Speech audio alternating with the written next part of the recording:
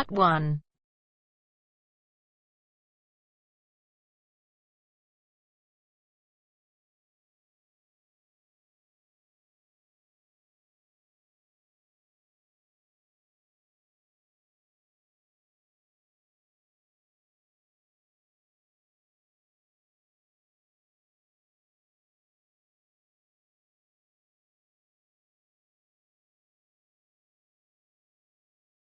You will hear a man phoning a woman about an advertisement he has seen in the paper for some furniture.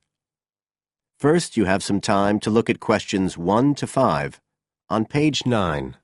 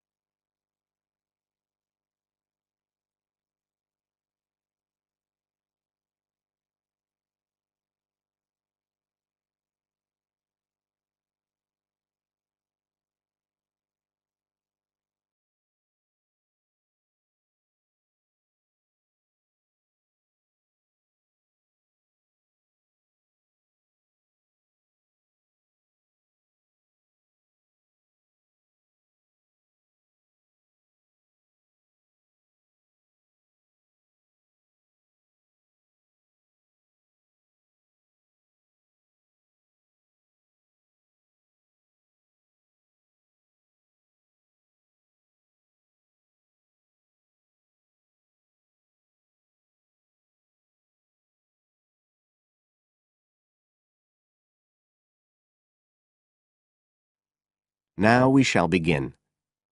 You should answer the questions as you listen, because you will not hear the recording a second time.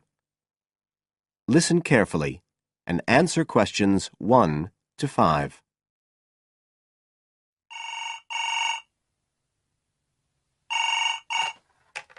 Hello? Oh, hello. I'm ringing about the advertisement in yesterday's newspaper. The one for the bookcases. Can you tell me if they're still available? We've sold one, but we still have two available.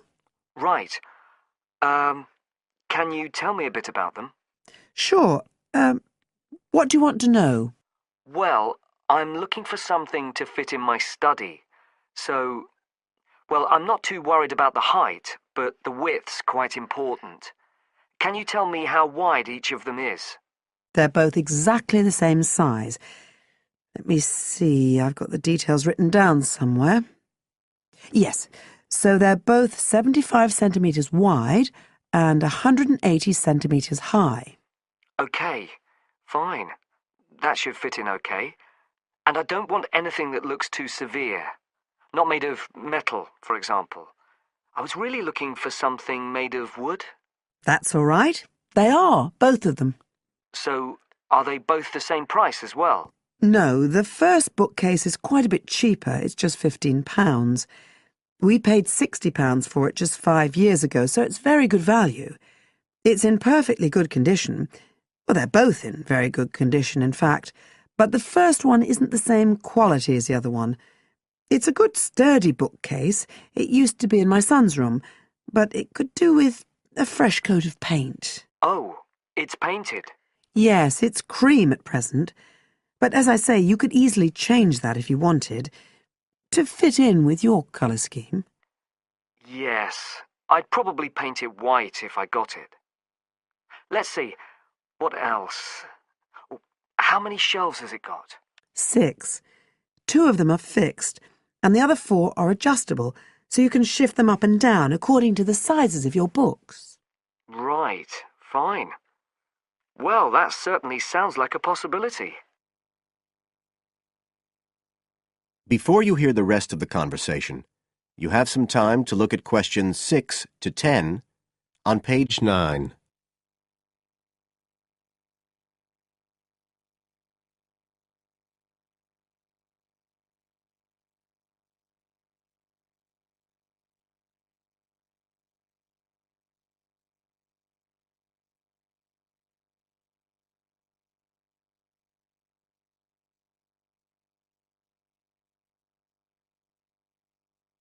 Now listen and answer questions 6 to 10. But the second one's a lovely bookcase too. That's not painted, it's just the natural wood colour, a dark brown. It was my grandmother's, and I think she bought it sometime in the 1930s, so I'd say it must be getting on for 80 years old, so it's very good quality. They don't make them like that nowadays. And you said it's the same dimensions as the first one? Yes, and it's got the 6 shelves, but it also has a cupboard at the bottom that's really useful for keeping odds and ends in. Right. Oh, and I nearly forgot to say, the other thing about it is it's got glass doors, so the books are all kept out of the dust. So it's really good value for the money. I'm really sorry to be selling it, but we just don't have the room for it. So what are you asking for that one? £95. It's quite a bit more, but it's a lovely piece of furniture. A real heirloom. Yes. All the same, it's a lot more than I wanted to pay. I didn't really want to go above 30 or 40. Anyway, the first one sounds fine for what I need. Just as you like. So, is it all right if I come round and have a look this evening? Then, if it's okay, I can take it away with me. Of course. So you'll be coming by car, will you? I've got a friend with a van, so I'll get him to bring me round. If you can just give me the details of where you live. Sure. I'm Mrs. Blake. Blake? That's right. And the address is 41 Oak Rise. That's in Stanton. Okay. So I'll be coming from the town centre. Can you give me an idea of where you are? Yes. You know the road that goes out towards the university? Yes. Well, you take that road and you go on till you get to a roundabout. Go straight on, then Oak Rise is the first road to the right. Out towards the university, past the roundabout, first left. First right. And we're at the end of the road. Got it. So I'll be round at about 7, if that's all right. Oh, and my name's Connor. Connor Field. Fine. I'll see you then, Connor. Goodbye. Goodbye. That is the end of part 1. You now have half a minute to check your answers.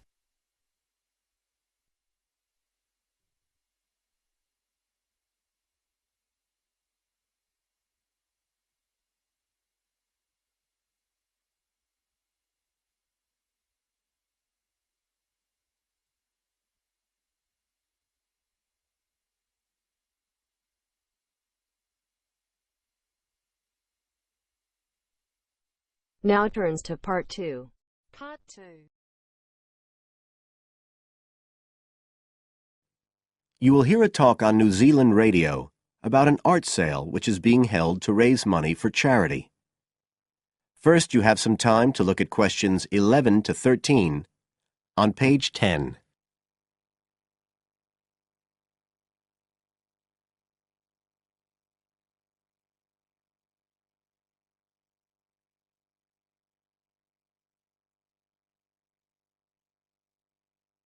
Now listen carefully and answer questions 11 to 13. One of the most anticipated art events in Christchurch is the charity art sale, organised this year by Neil Curtis. Neil, tell us all about it. Well, Diane, this looks like being the biggest art sale yet. And the best thing about it is that the money raised will all go to charity. So what you probably want to know first is where it is. Well, the pictures will be on view all this week, most of them at the Star Gallery in the shopping mall. But we have so many pictures this year that we're also showing some in the cafe next door. So do drop in and see them any day between 9 and 5. Now, if you're interested in buying rather than just looking, and we hope a lot of you will be, the actual sale will take place on Thursday evening, with sales starting at 7:30. Refreshments will be available before the sale, starting at 6:30. We've got about 50 works by local artists showing a huge range of styles and media, and in a minute I'll tell you about some of them. You're probably also interested in what's going to happen to your money once you've handed it over. Well, all proceeds will go to support children who are disabled, both here in New Zealand and also in other countries. so you can find an original painting, support local talent, and help these children all at the same time. Before you hear the rest of the talk, you have some time to look at questions 14 to 20 on page 11.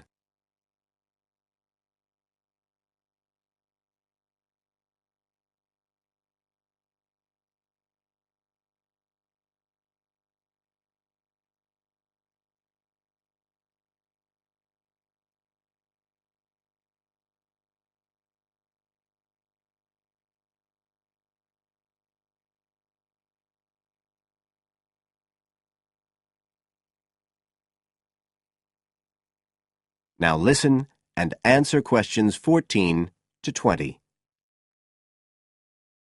Now, let me tell you a bit about some of the artists who have kindly agreed to donate their pictures to the charity art sale.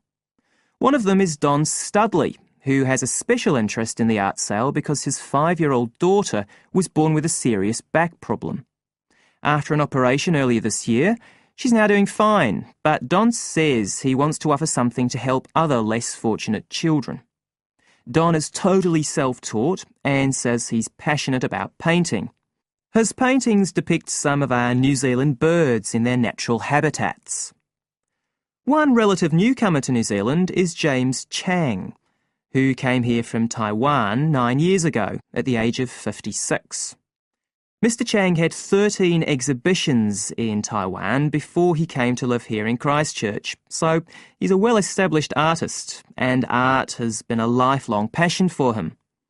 His paintings are certainly worth looking at. If you like abstract pictures with strong colour schemes, you'll love them. Natalie Stevens was born in New Zealand, but has exhibited in China, Australia and Spain.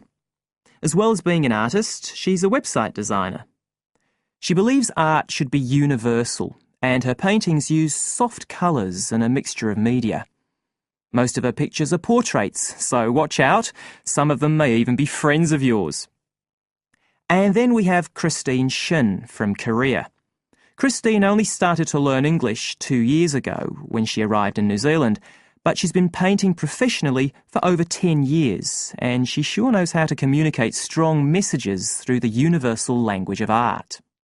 She usually works from photographs and paints delicate watercolours, which combine traditional Asian influences with New Zealand landscapes, giving a very special view of our local scenery. Well, that's all I have time to tell you now, but as well as these 4, there are many other artists whose work will be on sale, so do come along on Thursday. We accept cheques, credit cards or cash. And remember, even if you don't buy a picture, you can always make a donation. That is the end of part 2. You now have half a minute to check your answers.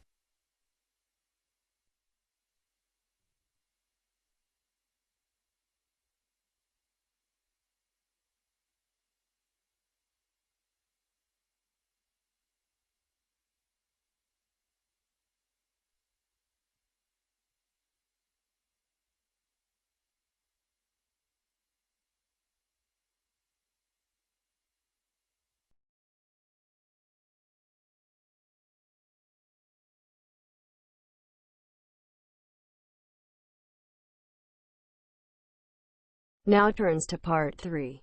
Part 3. You will hear 2 students discussing a project they have to do as part of a literature course on great books.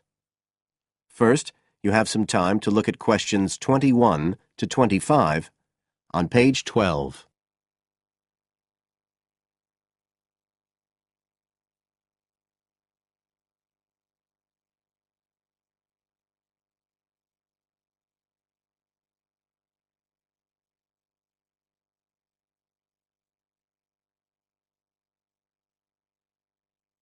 Now listen carefully and answer questions 21 to 25. Hi, Joey. How are you doing? I heard you were sick. Oh, hi, Olivia. Yeah, I had a virus last week, and I missed a whole pile of lectures, like the first one on the great books in literature, where Dr. Castle gave us all the information about the semester project. I can give you copies of the handouts. I've got them right here. That's okay. I already collected the handouts, but I'm not very clear about all the details. I know we each have to choose an individual author. I think I'm going to do Carlos Castaneda. I'm really interested in South American literature. Have you checked he's on the list that Dr. Castle gave us? We can't just choose anyone. Yeah, I checked. It's okay. Who did you choose? Well, I was thinking of choosing Ernest Hemingway, but then I thought, no, I'll do a British author, not an American one. So I chose Emily Bronte. Okay.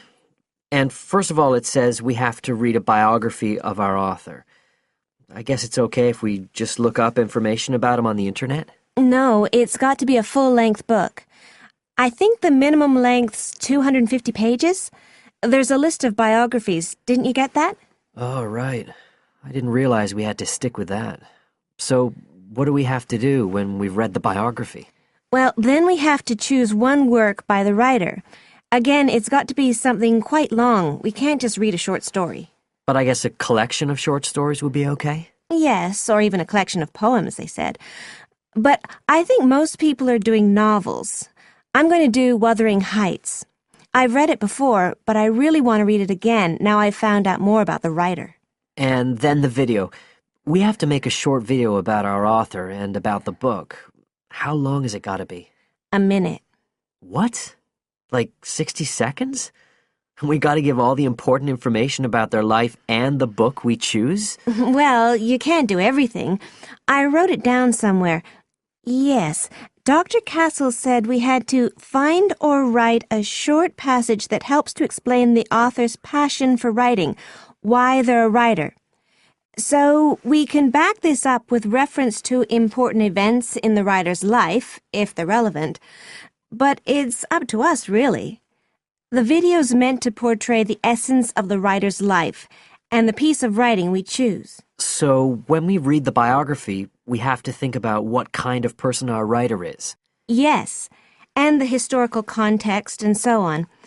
So for my writer, Emily Bronte, the biography gave a really strong impression of the place where she lived and the countryside around. Right. I'm beginning to get the idea. Before you hear the rest of the talk, you have some time to look at questions 26 to 30 on page 13.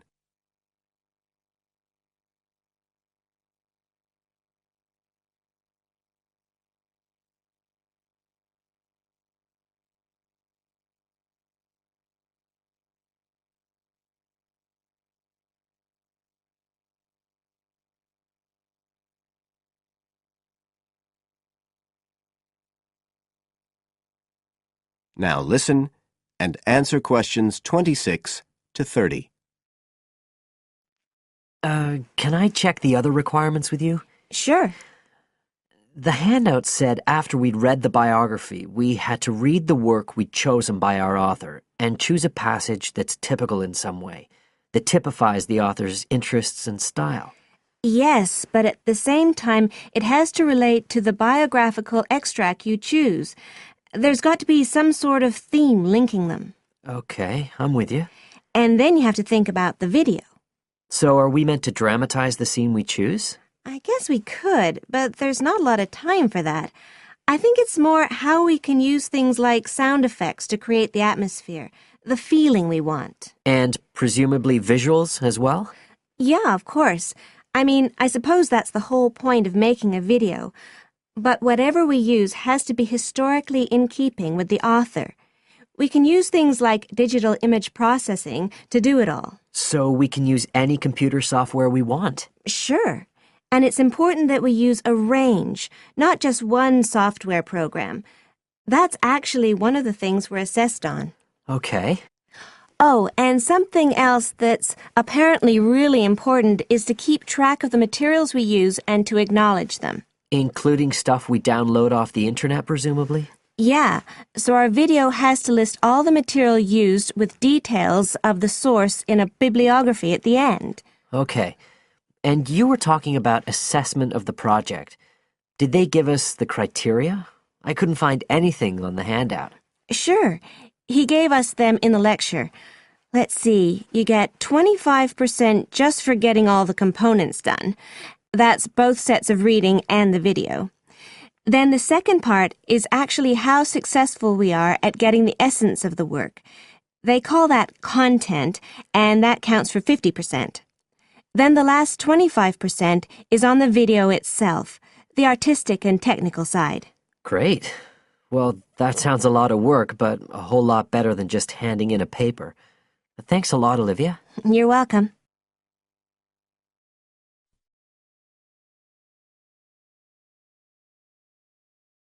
That is the end of part 3. You now have half a minute to check your answers.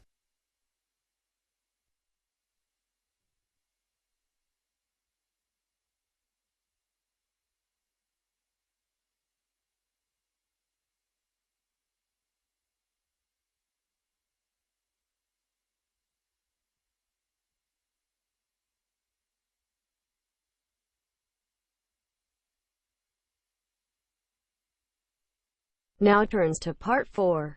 Part 4. You will hear a speaker giving a talk about some recent research about unusual life forms. First, you have some time to look at questions 31 to 40 on pages 14 and 15.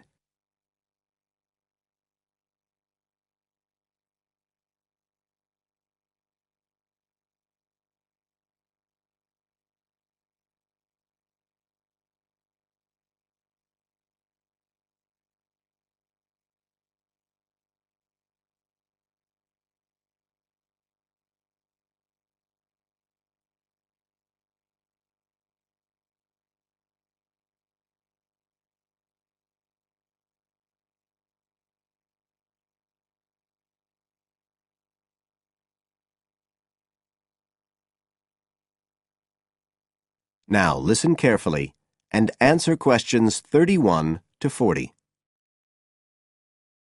Hello, everybody, and welcome to the 6th of our ecology evening classes. Nice to see you all again. As you know from the programme, today I want to talk to you about some research that is pushing back the frontiers of the whole field of ecology. And this research is being carried out in the remoter regions of our planet, places where the environment is harsh and, until recently, it was thought that the conditions couldn't sustain life of any kind. But life forms are being found, and these have been grouped into what is now known as extremophiles. That is, organisms that can survive in the most extreme environments. And these discoveries may be setting a huge challenge for the scientists of the future, as you'll see in a minute.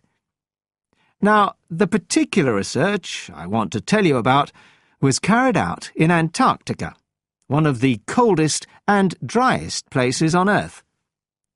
But a multinational team of researchers from the US, Canada, and New Zealand recently discovered colonies of microbes in the soil there where no one thought it was possible. Interestingly enough, some of the colonies were identified as a type of fungus called Bouveria bassiana, a fungus that lives on insects. But where are the insects in these utterly empty regions of Antarctica? The researchers concluded that this was clear evidence that these colonies were certainly not new arrivals. They might have been there for centuries, or even millennia.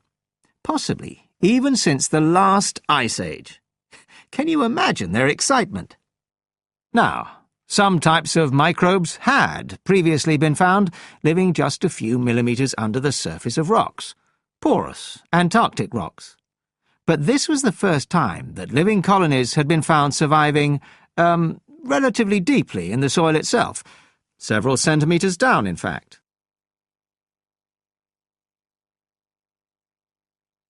So, the big question is, how can these colonies survive there? Well, we know that the organisms living very near the rock's surface can still be warmed by the sun, so they can survive in their own microclimate. And this keeps them from freezing during the day.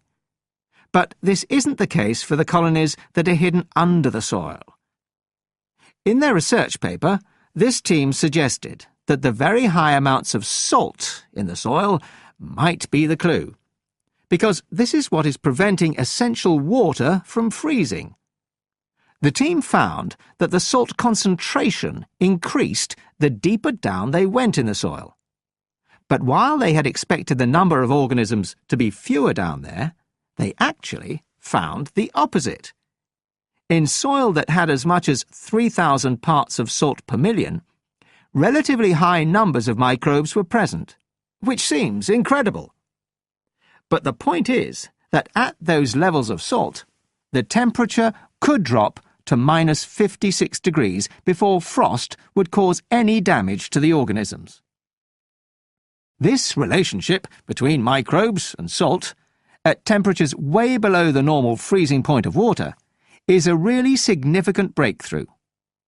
As you all know, life is dependent on the availability of water in liquid form, and the role of salt at very low temperatures could be the key to survival in these kinds of conditions. Now, the process at work here is called supercooling, and that's usually written as one word, but it isn't really understood as yet, so there's a lot more for researchers to work on. However, the fact that this process occurs naturally in Antarctica may suggest that it might occur in other places with similar conditions, including on our neighbouring planet, Mars. So, you can start to see the wider implications of this kind of research. In short, it appears to support the growing belief that extraterrestrial life might be able to survive the dry, cold conditions on other planets after all. Not only does this research produce evidence that life is possible there, it's also informing scientists of the locations where it might be found. So all of this might have great significance for future unmanned space missions. One specialist on Mars confirms the importance of the That is the end of part 4. You now have half a minute to check your answers.